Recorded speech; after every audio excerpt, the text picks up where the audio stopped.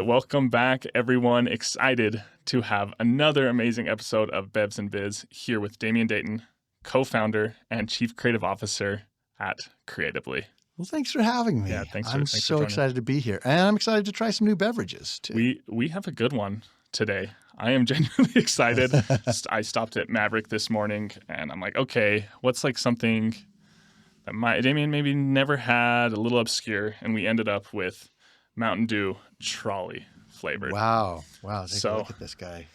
I can imagine there's no sugar at all in this thing. Oh, yeah. It's like how many different flavors. I just tried ever since the Baja Blast phenomenon, they have Mountain Dew does these specialty flavors for different restaurants. So there's a specialty Mountain Dew for KFC. Oh, there is? I didn't even know that. Yeah, it tastes horrible. I love the Baja. I like Baja Blast, but I can't. It's the only Mountain Dew that I like is the Baja Blast. And the regular Mountain Dew, do you know what the key ingredient to regular Mountain Dew is? I don't know if I want to know this. No, you do. It's just you wouldn't expect it because it's green. Mountain Dew is mostly orange juice. Really? Mountain Dew is mostly carbonated and caffeinated orange juice.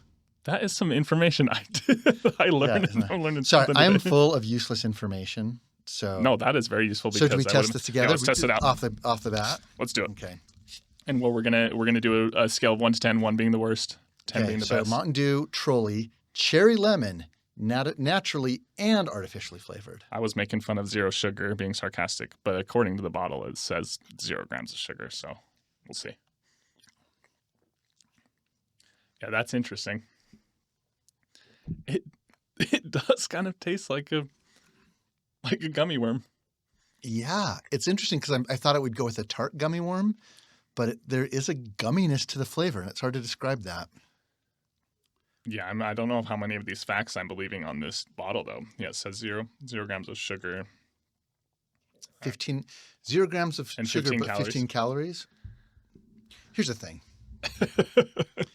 Do you want to do the ratings first? Or Yes, do you want to get into the beverage? Yeah. We'll go ratings. Then I want to hear your summary of the beverage. I'm going to give it a 6. It's not my favorite. I would not. I'm probably not going back to the well for this one. But if I'm thirsty, I wouldn't turn it down.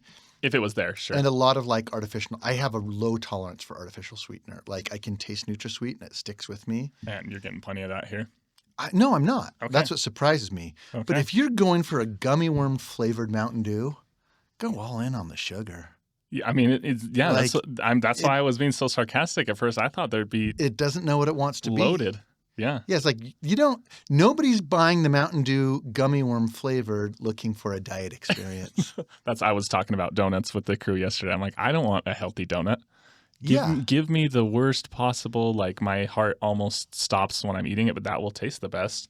Yeah. I'm not looking for a diet. We had we have a high-end ice cream company called Cold Case Ice Cream, and one of the comments we get once in a while is, "Oh, do you have a dairy-free option?" A healthier option. And I'm like, "No, go to somebody else for that." Yeah. There's tons of people to do that, but actually, we have a higher milk fat content than anybody else because that's what makes ice cream good. Which I'd be a sucker for. That, yeah. Well, I mean, I'm not trying to hard pivot you, but I do feel like, ooh, excuse me, haunted by Mountain Dew. Yeah. It was just as good coming out as it was going in. Six on the way.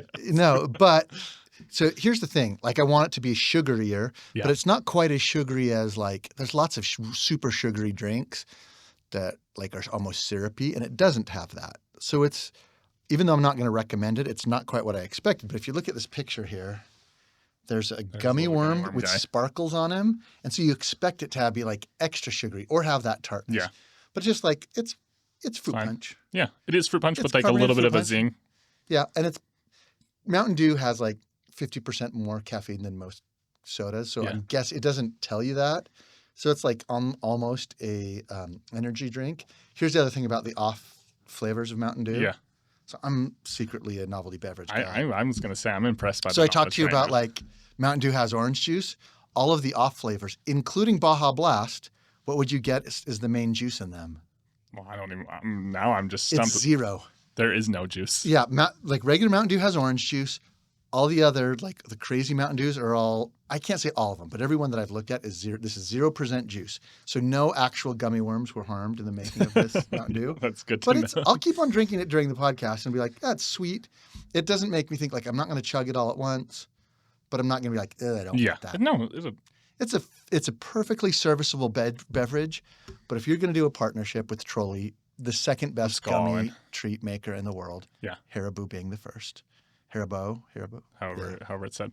Well, we'll just apologize to viewers and listeners on this episode because there may be a few Mispronunciations. belches and burps coming up with the Mountain Dew. I would give it I probably would have gone 6 or 6.5 with my rating. It's okay. I'm giving it an above average because I'll keep drinking it throughout the podcast. Yeah, if I gave it a 5 or below, I might just slide it to the other side of the table for the rest of the episode. I'm like, no thanks. Yeah, I went on a road trip with some friends through New Mexico, and we did some gorgeous sites like the White Sand Dunes and Carlsbad Caverns. It was awesome, but did not enjoy most of my drive through New Mexico. And we came up with this. I mean, I'm an advertiser, so I think of slogans wherever we go. This is the slogan we came up for New Mexico. New Mexico, no thanks. And I think some beverages I give that slogan. Yeah. Maybe this one. No, I'd rather drive through Nebraska for most of it. But listen, there's some great people and some great, gorgeous things in New Mexico. Yeah. I just didn't get to see all of them. You got to have your destinations there. Well, that was one of my most entertaining and insightful beverage portions of our episodes ever. I've learned a lot. I mean, we could end the episode right now, and I feel like I'm walking away. I go on quests every year. Every summer, I try to pick a beverage and try to find the best version. So I had a root beer summer and an orange soda summer. Okay. But then we had to follow up and realize, like, hey, orange cream is a different variety. Absolutely. And then a ginger beer summer. And it's kind of fun to have a quest, in life. I'm going to have to hear this next summer where you end up. I don't know yet.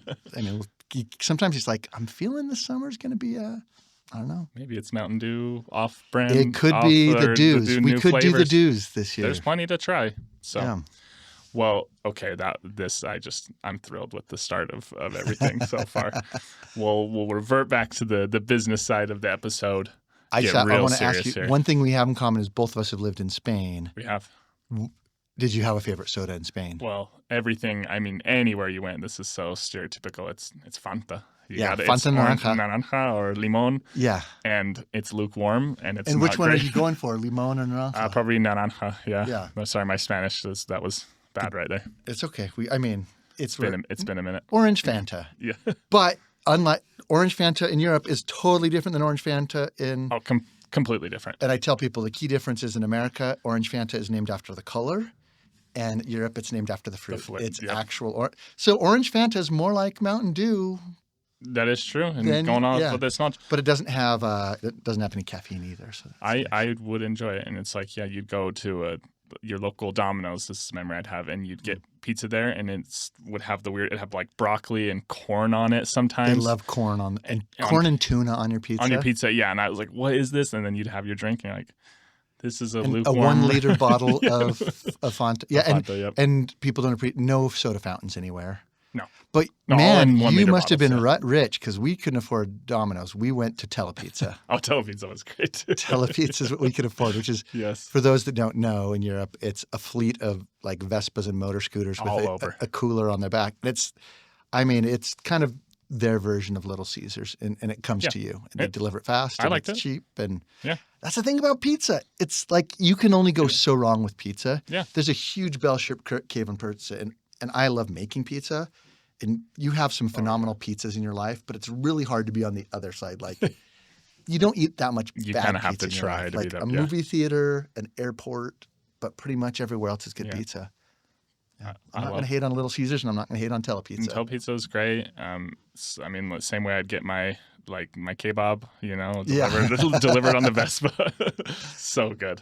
Some of the best food. Now I'm going to have to make the trip back just for the food. Yeah. Oh, I miss it. Yeah. Pons and Company. I love it. Oh, yeah.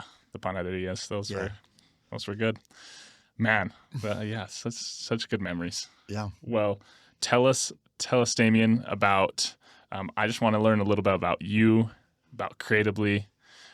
Tell us what you're doing there currently. Mm-hmm. I want to hear a little bit about what led you to Creatably too, and just a little bit about your role so people have some insight on what it is that you do every day and what it is that your company does. So I've been in film and video production for 30 years now. Amazing. ever since high school. I mean, I was making stuff with, but I was always like, this is a hobby. Yeah. And I was telling some of my team how I stumbled into it. It was a part-time gig after college. I was preparing to go to medical school.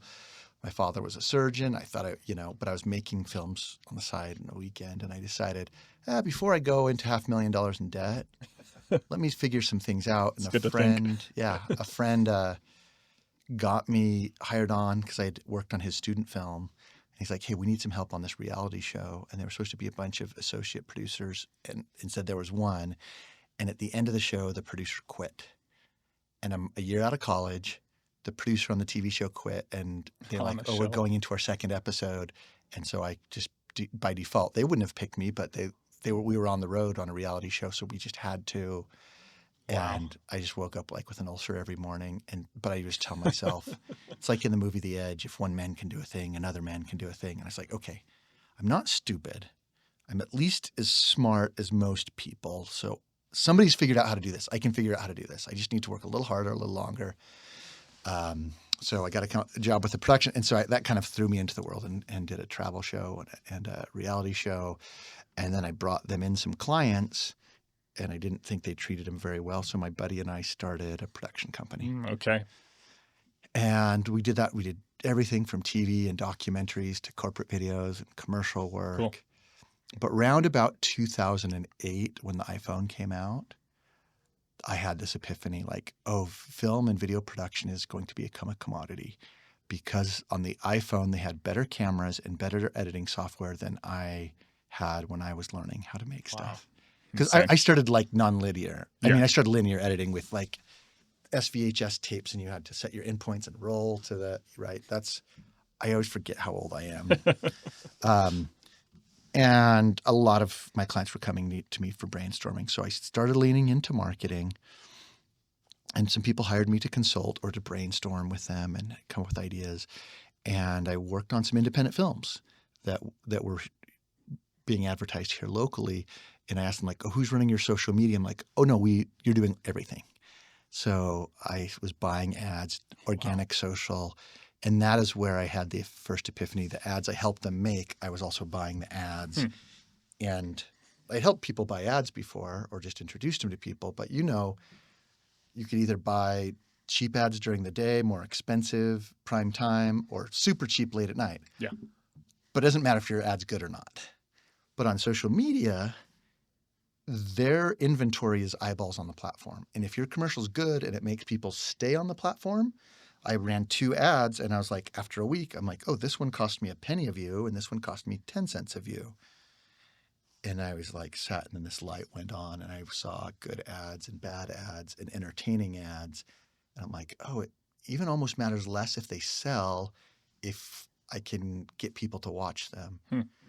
And so I started creating my own thing, and then I met Jay Davis, who was starting his own thing, and he was much better at building companies, where I was good at crazy ideas. He's also good at crazy ideas, but I was he had more of an entrepreneurial background and I had a production background. Gotcha.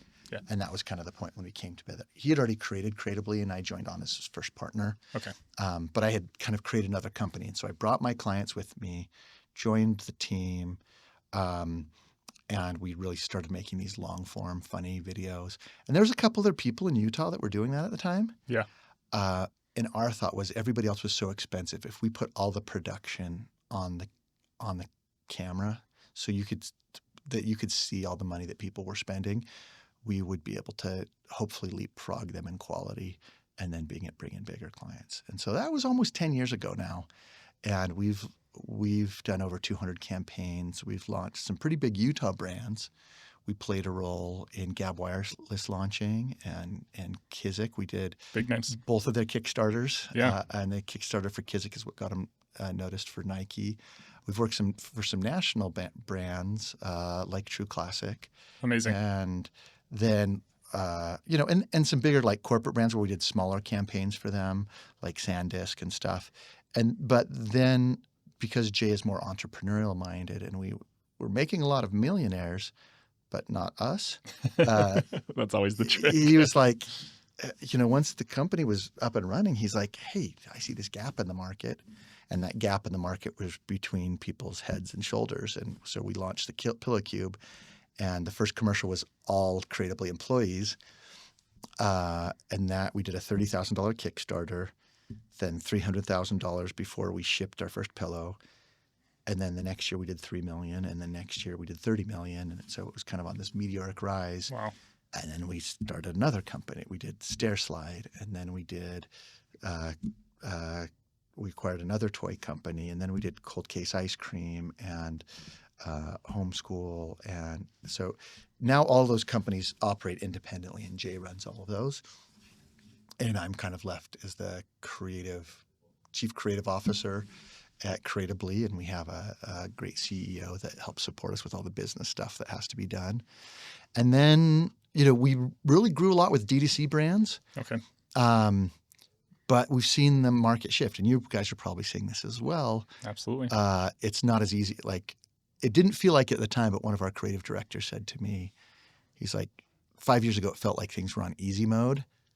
And it doesn't feel like easy. Like, you can't just put an ad up there and it just gives you a 5-row ads on it, right? But now we're seeing success with this. We're seeing, B2B companies are usually 5 years behind D2C because they're big organizations. They actually have bigger budgets, but it's easier to build a sales force, but ultimately more expensive. So our biggest success from the last year have actually been in the B2B world. Interesting. SaaS sales, things that you wouldn't think are as exciting, and that's part of the point. If we can make it entertaining and exciting, we can really help them grow. So that's where, where we were seeing that 10x growth in D2C brands 5-6 years ago. And Collar was another one that was really fun to help them grow. Okay. Now we're seeing that. So with Luminous, with Solution Reach, with Bacon, Wearspace are all business-to-business companies that we're helping them find some growth now too. Amazing. Yeah. That's quite a journey with literally really some amazing local and national brands. I think people that would be listening would definitely recognize at least a good chunk of those. And things have shifted. Things have shifted both on the ad side, Absolutely. on the creative side, the creative approach, how just media is consumed in general. I mean, even since I joined Moto 5 years ago, gosh, the output in each project, the way teams are approaching us now, the creative asks, it's different. It's very different. Yeah. Creative has gotten so cheap because of some of these tools. Even if people are convinced they don't want to go with AI, it's lowered their horizon of expectation. And they're like, oh, for $3,000, I should be able to get 500 assets, right? And you're like, no, that's not what we do. We might be out of business at that point. Yeah. So, we're having to adjust. But we're also finding, I feel like if you're in production, if you're making anything, you need to be – and this is, I think, what I learned from like the YouTube revolution. I remember my partner in my production company at the time was like, well, they're just shooting that on phones and on DSLRs. I'm like, yeah, but they're doing gorgeous stuff and they're finding a lot of success. And he was like, but we've got $100,000 cameras.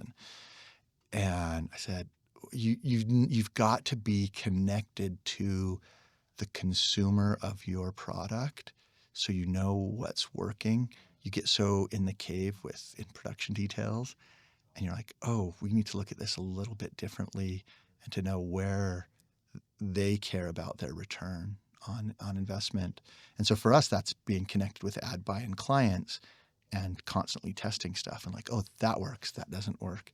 And the shift where people just want a huge volume of assets, we're actually finding that, yeah, I understand why they want that volume, but I have a lot of great examples. If you're feeding Facebook too many assets, the algorithm's actually choking on it and it can't find good data. And so finding the right amount, but people are just, they're in I call it spaghetti cannon mode and they're shooting so many things. Yeah, firing it away, but they're not learning what works. And so they're never making the linguine, and they're like, oh, well, this is what we learned out of this test. They're like, well, just do volume, pick the winners, do volume, pick the winners.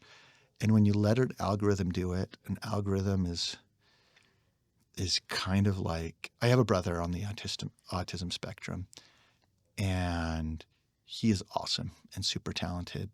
But when I ask him to do something, he does exactly what I tell him, and he kind of misses some of the nuance in it. And if you know anybody on the spectrum, you kind of get that. And I think that the algorithms are really behaving that way. It misses the nuance and the unspoken. And I think a lot it's the same for AI. And it will miss like really big, important details. And so our unique insight is what we can bring to the table as artists and filmmakers. Yeah, and I love your perspective here because, I mean, coming from the creative side, I mean, there's so many instances, where we get caught up in the production details. Oh, yeah, how are we shooting this? How does this scene look? And so many times we have to catch ourselves, take a step back, and say, okay, what are we trying to accomplish here? What's the goal? Who are we targeting? What message are we trying to communicate? And working with our clients that way, I think helps us be so much more successful than just saying, okay, yeah, we'll make something beautiful and this is great and I hope it works for you and spaghetti cannon and that's it. I love your perspective there because otherwise we're just guessing. Yeah.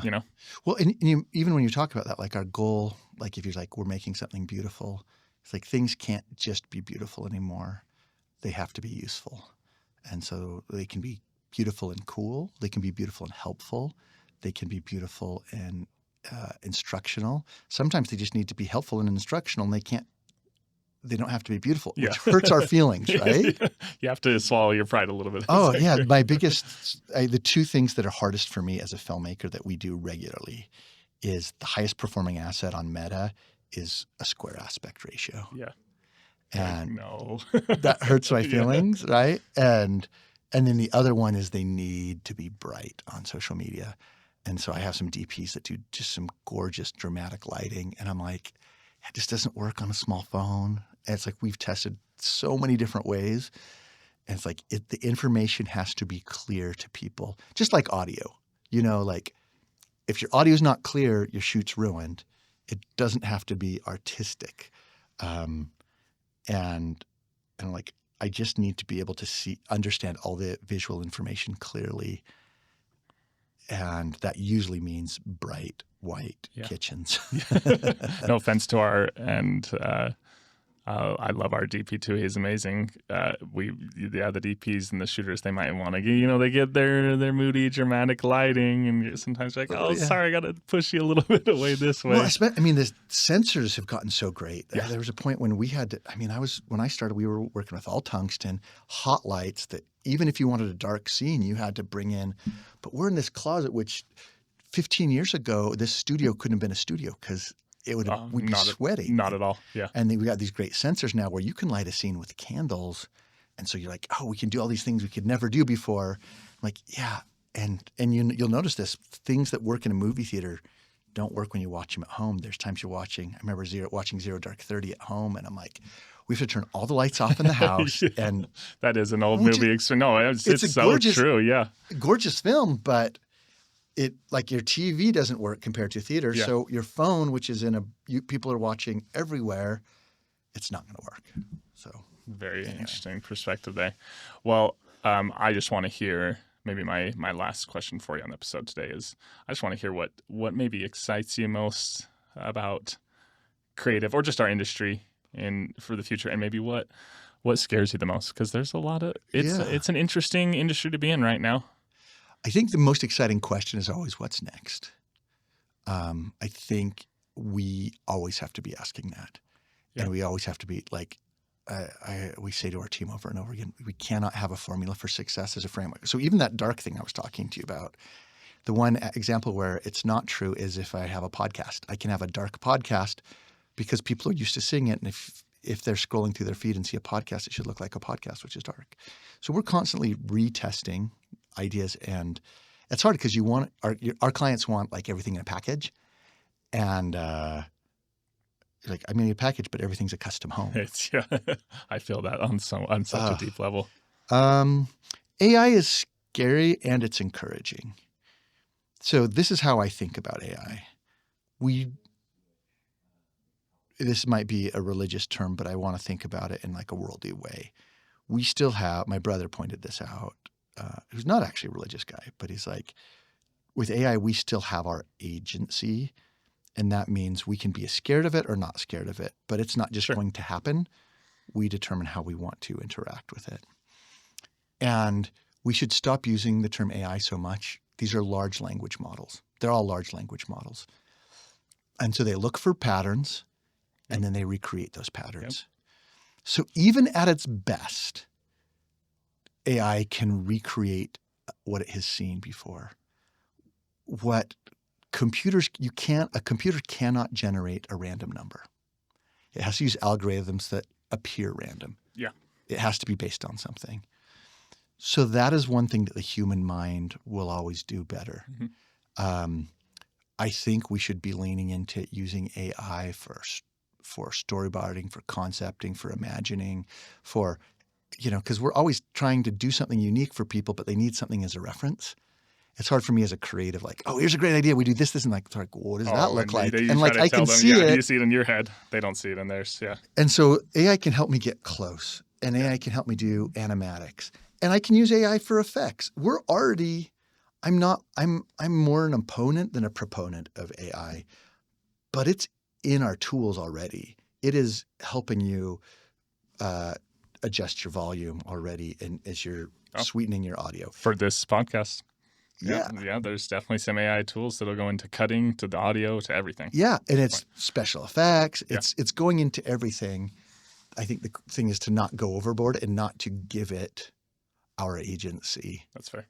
Like, hey, give me some ideas on this, or help me envision this thing that I already see, and then put it off. Like, if I was a teacher today, I would give my students the assignments.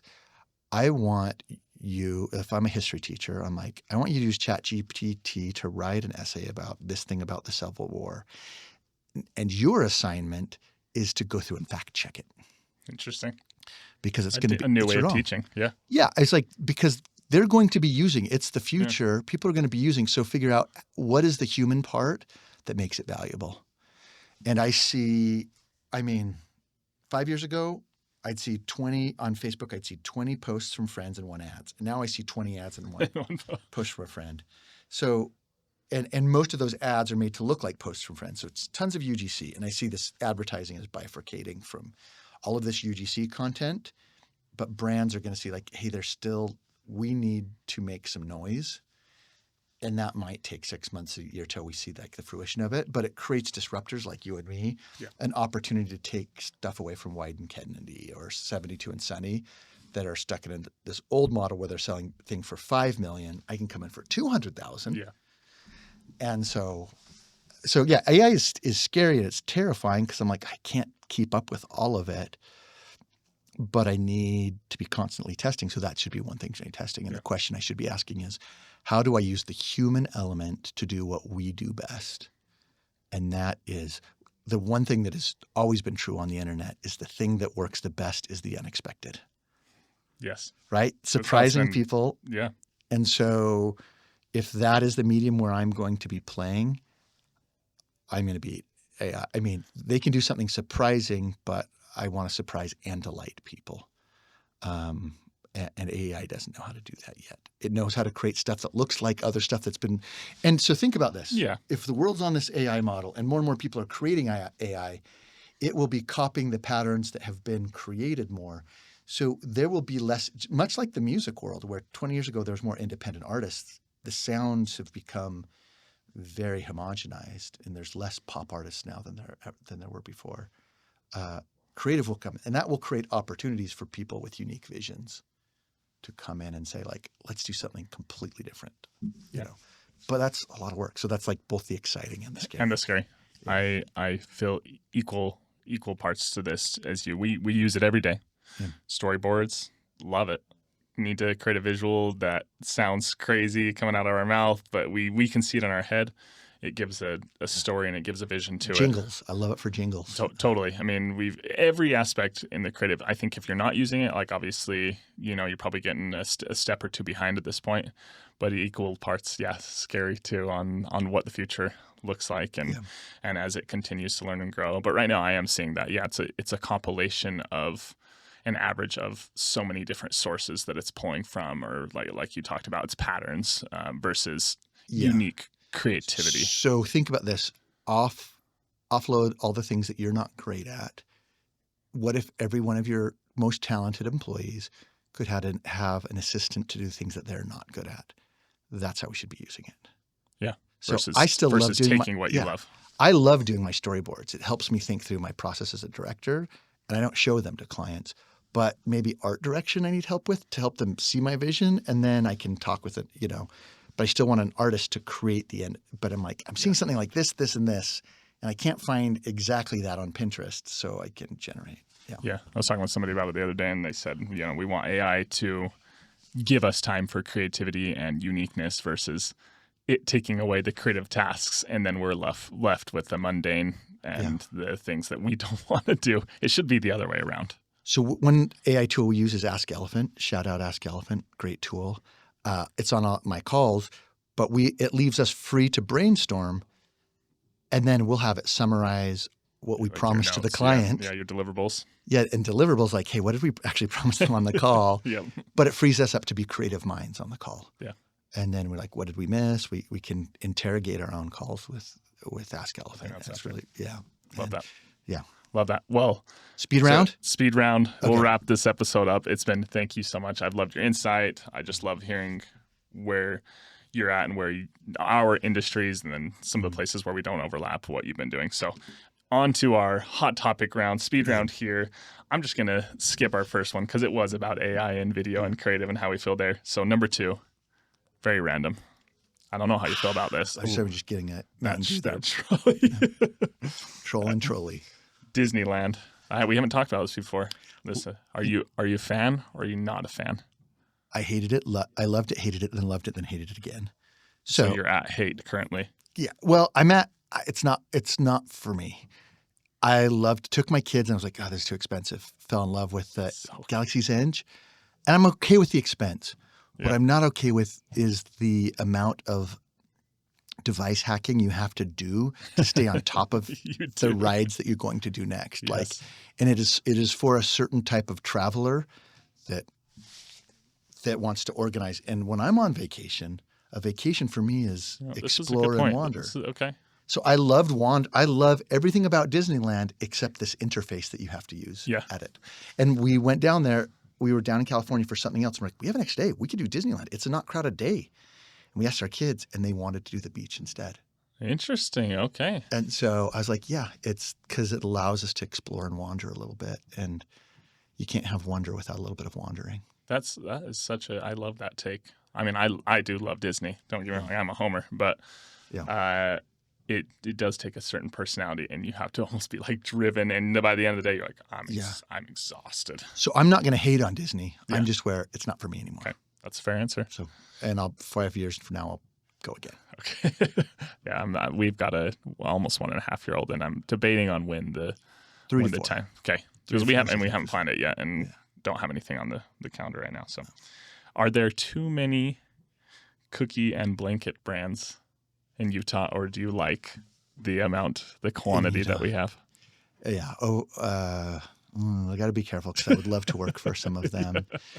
I think the cookie wave is over. Yeah. I think we're at the crest of the blanket wave right now. That's where we're peaking. And there's only so much. We probably have a dozen Minky Couture blankets and half a dozen Lola blankets. I mean, they're nice. They're nice. They are nice, but after a year, they're less soft. The way that they're treating the stuff, it's like very luxurious at first, but my kids have to sleep with them, and they're not good for that. They're good to have on your couch. Exactly. And so that wave will pass because there's only so many. I don't think it's fully crested yet. Yeah. But I think the cookie is. I prefer my wife's cookies. Amen to that. And there's some shops that have been closing around. I feel bad. Of course, I don't want to see these businesses failing, but there have been a couple that have closed their doors near us. And listen, they'll stick around. Yeah. They'll be around, but the period where they were a fad, people will always want cookies. Yeah. And if you make great cookies, even better. And when you can provide a variety of experiences, the crumble's going to be just fine. Yeah. But short answer is, maybe there's too many. Yeah. Okay, podcast or music on your drive? Podcast. Podcast. Okay. Love music and love talking about music. You don't really listen to podcasts? 90% podcasts now. Yeah. And the difference is having a good podcast app. Yeah. I was not a podcast guy yeah. until I had an app, and then it's recommendations. Maybe I need to get better at that, because I'm just going to throw a wrench in this answer, and I'm going to say audiobook, just because I've been really listening to lots of books. So. If I've got a great book, Yeah, Have you listened to the Murderbot hooked. series? No, but I have been recommended. Yeah, you got to read it. So If you're, it's basically about a high functioning trained robotic killer, but all he wants to do is watch shows, and he's hacked. I mean, that's your. He calls himself Murderbot because he feels guilty and he's trying to solve what he did that was erased from his memory. if I get hooked on a good audiobook like that, it's tough to put down. And the books are really short, actually. You can, yeah. I'm like on my fourth read through. So I'll add it to my Libby app futures. Okay, I'm gonna do one more. How about if you weren't doing what you are right now, what would you be doing? Or maybe if AI replaces our jobs, we'll get cynical here. yeah, taking naps is that profession. I love you and my wife. I love teaching.